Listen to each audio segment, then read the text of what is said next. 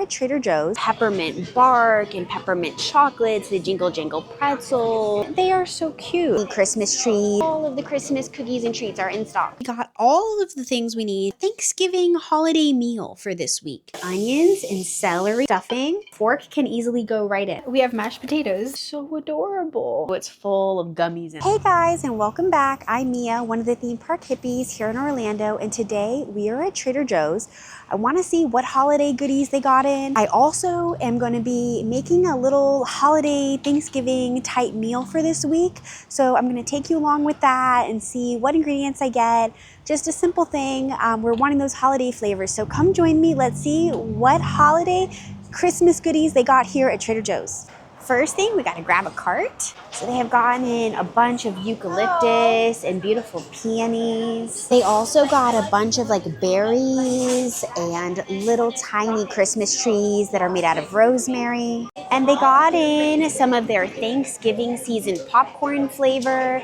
They also got in the cranberry ginger beer. They also got this sparkling drink in. It looks like it's grapefruit, cranberry, and orange juice. That looks delicious. These are new as well. They are an herbed dinner roll.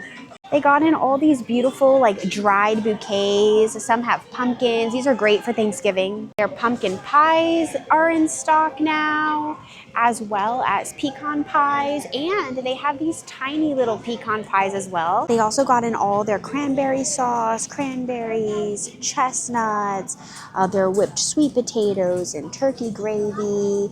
There's also some stuffing boxes down here and roasted vegetables. They also got in their harvest salad mixes. They have some holiday vegetables as well.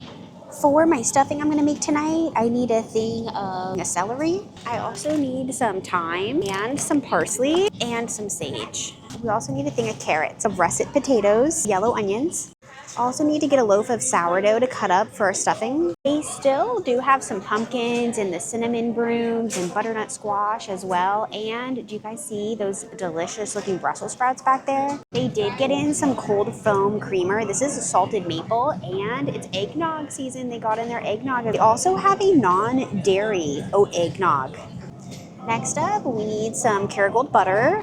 We also need some heavy cream for our mashed potatoes. We do have pumpkin sugar cookies. This is really interesting. They have a cranberry and clementine seasonal yogurt and an eggnog yogurt. For some of their frozen stuff here, this looks really good. These are root vegetable fries. They have sweet potatoes, potatoes au gratin, frozen mashed potatoes, creamed corn. They have the butternut squash mac and cheese still, maple salted ice cream, and their pumpkin ice cream. They also have the maple ice cream sandwiches, the little pumpkin ice cream cones, and then these look really good. These are maple butter tarts, and it is the jingle jangle season. They have it back in stock. They do have their holiday scented candle sets here. They also have the cedar balsam, these felted wreaths, and they are so cute. I really like those a lot. With the felted wreath, they also got in garland as well. It's like part of the holiday collection. They also got in this cranberry pie. That looks delicious. They also have the rustic apple tarts. They have gotten in all of their peppermint bark and peppermint chocolates, the jingle jangle pretzels, the marzipan, the Stollen, gingerbread house. These are so cute too. They are gingerbread cookie mug hangers. Those are so cute. It's a little gingerbread cookie that hangs on your mug. Cranberry pistachio biscottis. And then we will be picking up a gingerbread kit later on when it gets a little bit closer to the season. They also have all of their panettones and butter cookies. All of the Christmas cookies and treats are in stock. The candy cane JoJo's, dark chocolate mini star cookies, all the cookies and treats. They look so good. So I got a talking to that I was not supposed to be recording, so I can't keep recording here in the store, but I'll show you what I got when we get home. And they did get a bunch of their advent calendars out. They have one with like chocolates, and then they also have one that has like a bunch of different products like lotions and lip scrubs and stuff like that too. But they have a bunch of their holiday stuff out, so if you're interested, go check out your local Trader Joe's. Okay, and out we go. All right, guys. Well, we made it home and we got all of the things we need to make a Thanksgiving holiday meal for this week. We got bread. We're going to be making our own stuffing. I'm going to show you a little bit of what I do, but we got a loaf of bread to cut up, chicken broth. We got all of our herbs and butter and celery, carrots, onions. We got our potatoes and heavy cream and butter for our mashed potatoes. We got some green beans, and then we got a chicken instead of a turkey. I'm going to walk you through a little bit of what I do, the process that I go through to make my Thanksgiving dinners. We're going to be using a chicken instead of a turkey because it's just me and AJ. I do like to use the whole bird because I like to make my own gravy. I think it's absolutely delicious. So we're going to roast this today with the carrots and celery and onions and all of the herbs. I also have a bunch of dried herbs that I use as like a poultry seasoning. You can get like a turkey poultry seasoning or like a Thanksgiving seasoning. I'll show you what I use when it comes to that. We were at SeaWorld this past weekend and had a little turkey dish that they had there, and it was so good, but it was so small, and we were both like wanting a turkey dinner. Last night we went to Wawa to try to get their gobbler bowl, but they were completely out of turkey. And I said, that's it. I'm making a Thanksgiving dinner for us this week, and we'll pick at it throughout the week. So join me as we do that. I'm so sorry, guys. I was not able to finish showing you all of the holiday stuff that they got in at Trader Joe's. They got in a bunch of stuff, though. I wouldn't say everything is out, but their whole aisle that has like all of their boxed stuffings and gravy. We did get some jarred cranberry sauce. We did pick up some of that. They also had tons of their Christmas chocolates and stuff like that. All of their like boxes of Jingle Jangle and all the holiday sweets they got in stock. They also got in a bunch of the like holiday Thanksgiving flavored snacks they got in too. But I wanted to show you something I did pick up. They have these adorable, I don't know if you can see, there's a little bit of a glare. These really cute little chocolate reindeers. And it says it's a break apart reindeer, and it's full of little gummy reindeer Rudolph red noses. So we'll open this up later as a dessert. I thought this was so cute, and I have a feeling these are going to sell out really, really fast. They also had the PB&J beer that we've been having at Halloween Horror Nights that AJ is loving. We have looked at Trader Joe's every time we go to try to find this, and this was the only one they had. So I had to pick that up and grab it. AJ is going to be so excited. We're going to start with our stuffing. You can use a box of stuffing, however you like to make stuffing. I do like to make stuffing for making my own breadcrumbs. So you can use any type of loaf. I was hoping that they would have like a French bread loaf there, but I did not see any French bread loaves. You know, like the dollar one that you can get sometimes at a grocery store. That works really well. Sometimes I'll even like combine breads, but I ended up getting the sourdough loaf. So what I'm gonna do is I'm gonna cube this up. It's already a sliced loaf, so I'm just gonna make it into like maybe like 1-inch cubes, and then also give myself some like crumbly bit. I'm gonna put that here on a parchment paper lined cookie sheet and put that in the oven somewhere between 300 and 350. We're just gonna toast those up. We want them to completely dry out. We need the bread, we need them to be like breadcrumb-like consistency and dried, so it'll absorb all of the yummy, juicy butteriness from the sauteed vegetables, chicken stock that's gonna go into our stuffing. So I have cut up about half of the loaf so far, and it is filling up my cookie sheet. I think, gonna cut up the other half of the loaf, or at least a couple more pieces. I just want a good amount of stuffing. Stuffing's our favorite. I'm just gonna cut them into strips. Now, you know, it's really interesting. I watched a couple years back, I was like, you know, I love to cook, and I love cooking things from scratch and learning, because my whole life I had only ever cooked boxed stuffing. And I was like, how does one even make stuffing from scratch? And I know that sounds crazy because it seems like, oh, you know, that's pretty normal how to make stuffing. That's pretty simple. But like, I didn't know where to start. So what I've done is I've cut the bread into strips, and it's pretty small, you know, it's not super big. And then what I'm gonna do is I'm gonna start cutting it going this way.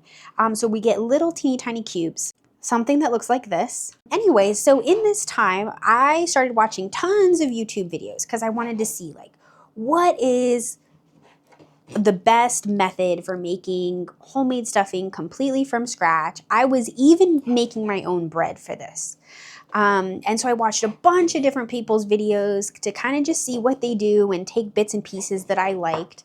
And it was really interesting. This one YouTuber, he tried all of his favorite, stuffings like stovetop and all of the classic brands to figure out like which one was the best. And ultimately, I think stovetop won.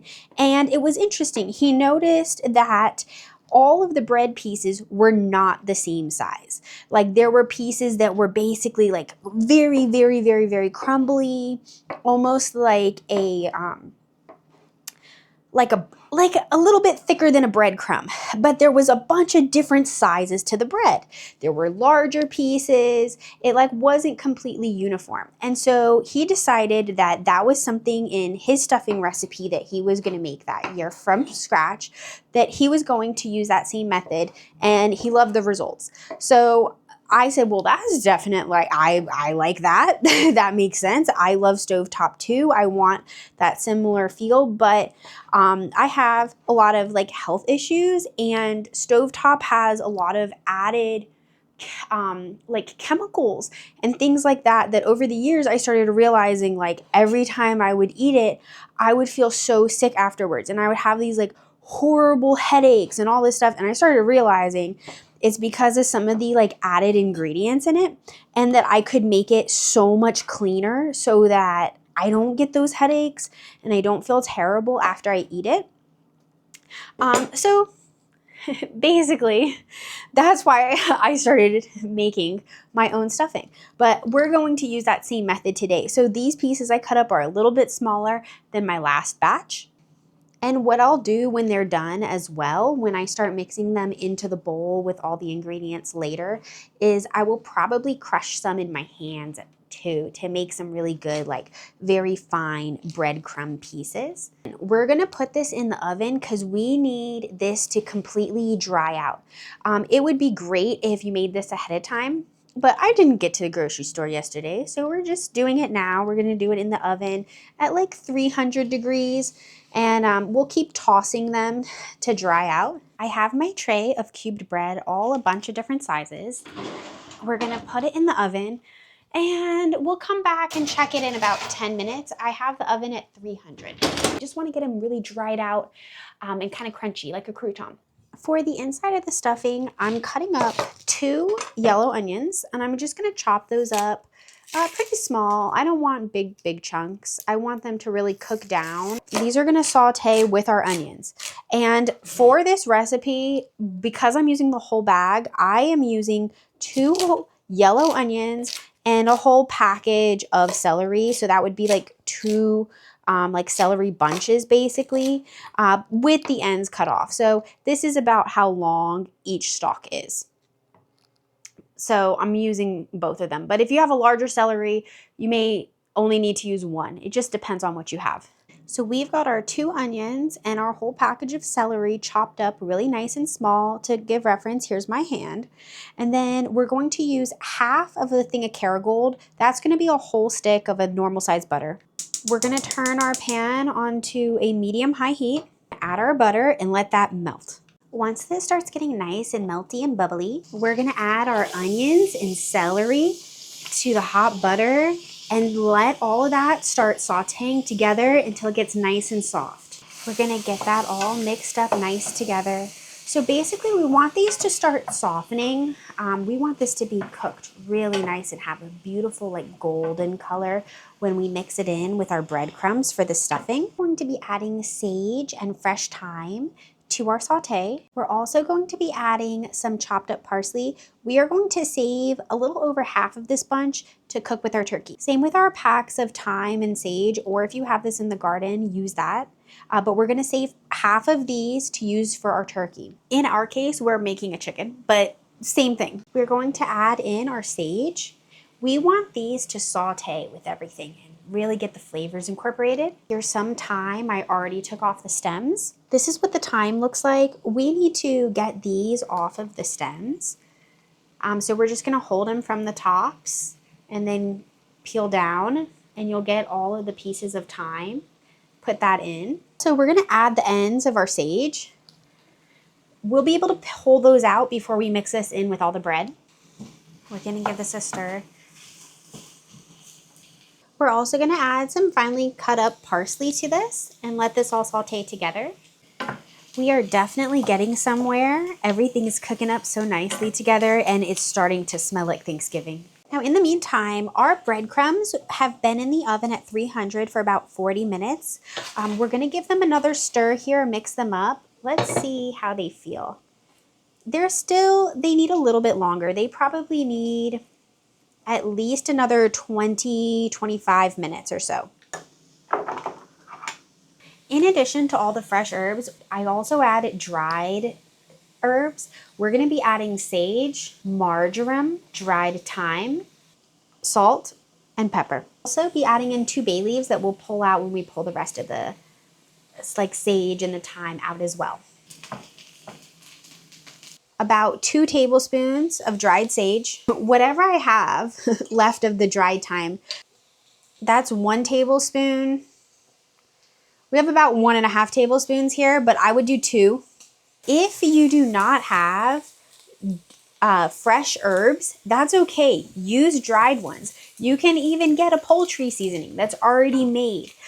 For me, sometimes those have added stuff in them, and I sometimes get like a little sick from those. So I've found that over the years, it's better for me to just have the individual spices and mix them myself. Now for the marjoram, I would say we want to do about half of the amount that we did for the sage and the thyme. Heaping tablespoon of marjoram. Give that a good mix. Oh, it smells so good. For the salt, I use coarse kosher salt, so I have a good pinch right here. I would say this is probably about a teaspoon, maybe. That's a good pinch. I'm gonna do another pinch, another good pinch here. The fact that it is a coarse kosher salt makes a big difference. If you were to put that much in of like, let's say a fine sea salt, it would be way saltier. So adjust that based on whatever salt you're using. And don't forget that we've already used salted butter in this, so there is gonna be some salt. But and we're gonna be adding chicken stock as well, which is also salted. But I know for a good stuffing, you need salt. I'm gonna go a little bit less on the pepper and just do about 1 good size pinch. So I don't know, maybe I'll do a tiny bit more. Just do it to taste. If you like pepper, add more pepper. This has been cooking for about half an hour, maybe 40 minutes, about that on medium high. I am going to lower the temperature. I'm going to put it to like a medium low, and we're going to let this cook for probably about another 10 minutes or so, and we're going to keep mixing it. We don't want it to stick to the bottom. We're going to take the bay leaves and the sage out. It's also time to take our breadcrumbs out. Can you hear it? That's what you want it to sound like. They're all dried up. We are going to pour all of our breadcrumbs into a big bowl, something that's big enough where you can mix it. I want some to be kind of like really crushed up, and I just want a bunch of different sizes in here. You could do this with your hands too. It's just, they're a little hot. They're a little toasty. We now want to add our celery and onions, of our herbs, to our breadcrumbs. Okay, now we're going to bring our pan back to the heat, medium-high heat, and we're going to add 1 container of chicken stock. Back to our breadcrumb mixture over here, we're going to start mixing this all up and allow this bread to start soaking up all the butter and the herbs. Once the chicken broth is heated up, we're going to pour it on to our stuffing. We're going to just pour about half in first. We're going to give that a mix. We can always add more liquid, but we can't take it away. This is what it looks like. See, it's like rehydrating. It looks like stuffing, and it smells so good. About a tablespoon of butter here, and we're just gonna rub it all around the dish to make sure it doesn't stick. And for the flavor. We're now gonna pour our stuffing mixture into our buttered dish. Here is what the stuffing looks like now with the butter on top. We're going to cover that up with foil. This is going to bake for about 30 minutes at 350. Then we'll take the foil off and let the top get crispy. I'm going to be cooking my chicken in this Princess House dish here. It has a lid that goes on top of it, but you could use any type of baking dish for your chicken or turkey. This is the same way I do the turkey. The turkey I do in a big roasting pan though, in a bag. But you're going to make a bed for your bird to sit on. And it's going to be made up of onions, celery, carrots, and a bunch of herbs. We've got parsley, sage, thyme. Also, I need to go get rosemary from the garden. Okay, we got our rosemary from the garden, so we added some in here, and then we also have all of these herbs here that we're gonna stick inside of our bird. So we have the thyme, rosemary, sage, and parsley. We're now gonna mix the other half of our butter, the Kerrygold butter. It's been softening on the counter, so that'll be about a stick of butter. If you're doing a turkey, I would do the whole thing of the Kerrygold butter, and then we're gonna mix in our spices. So we're going to do about 1 tablespoon of the marjoram. I'm gonna do 2 tablespoons of ground sage, about a tablespoon of salt, half a tablespoon of pepper. I also have some fresh cut up sage that I'm gonna mix in with that. We're going to mix that up and get that all incorporated. This is what we will want the butter to look like. Now that you have your butter, we are going to rub it all over our bird, on the inside and on the outside. That's why I like to season my butter, because then I don't have to worry about doing that. I also like to try to get it up underneath of the skin. It crisps up really nicely and get the butter all over the bird. This works for a chicken or a turkey. If you don't want to make a whole turkey, like, you can do this with a whole chicken. It would be great. We want to get a good amount of that butter on the inside of the bird as well. We're also going to take all of our herbs and stuff that inside of our bird, as well as some carrot, onion, and celery. These are the aromatics inside the bird, and they make all the difference. We are going to cover our bird. If you don't have something to cover it, that's okay. This is a Princess House dish. It's like a casserole dish that's covers. It's great. If you don't have something like this, that's okay though. Don't let that stop you from cooking. This is going to cook for an hour at 350. It's time to make our mashed potatoes. I have 7 peeled Idaho potatoes. And what we're going to do is we're going to cut them in half. And then we're going to cut them into chunks. We're going to boil these 25 to 30 minutes, and then we're going to mash them.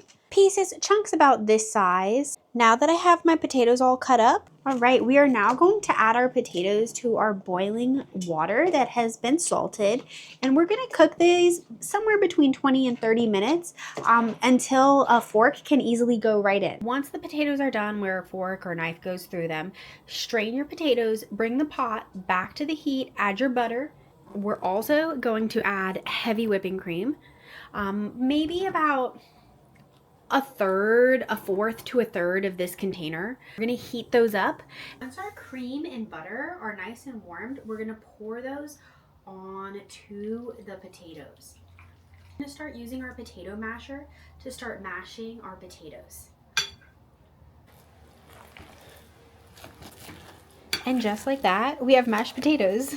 Our chicken has been cooking for about 2 hours, a little over 2 hours at 350. I had to keep checking the temperature of the chicken. You want to make sure the internal temperature reaches 165. We need to strain all of the juices from what cooked with the chicken. We are going to need this for the gravy. So to make a gravy, we have to make a roux. So basically, we need to take about 2 tablespoons of butter, melt that down, and then mix in about a tablespoon of flour. Once your butter is bubbling up like this, you're going to sprinkle in your flour. See how it starts bubbling up? We're going to give that a mix. This is a roux, guys. This is all it takes to make a roux. See how it's getting thick? This is the thickener for our gravy.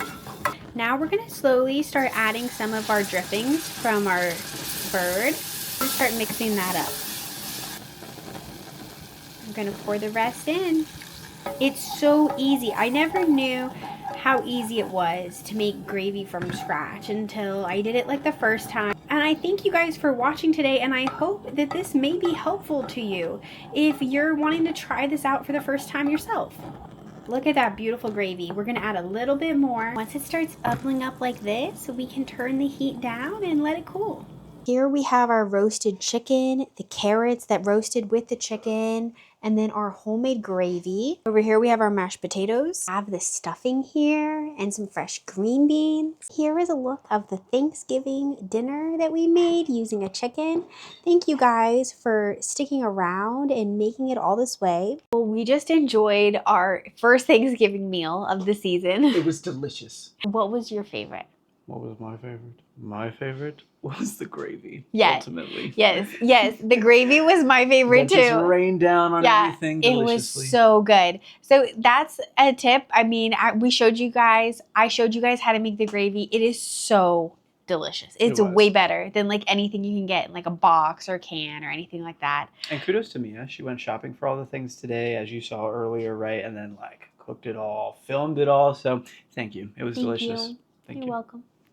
But before we go, I told you guys that we would open this. So today at Trader Joe's, they got these in, and it is a little chocolate reindeer, and inside there are supposed to be little red gummy nose candies. So I wanted to open it with you guys, and it's so cute. It's called a break apart reindeer. The box is so cute. These would be really cute to bring people. Yeah, good little for the holidays. Yeah, little gift. So it comes in a little plastic thing like this, and it opens up like this. It's super cute. So you just take a whole bite of it? So this is what it looks like. How cute is that? It's so adorable. You see any similarities?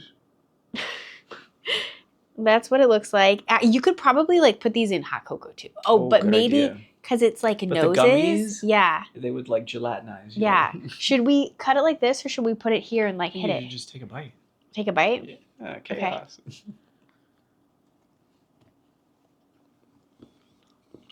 Did you get a gummy? You can there's some in there. Okay. Oh. You can see them. Okay.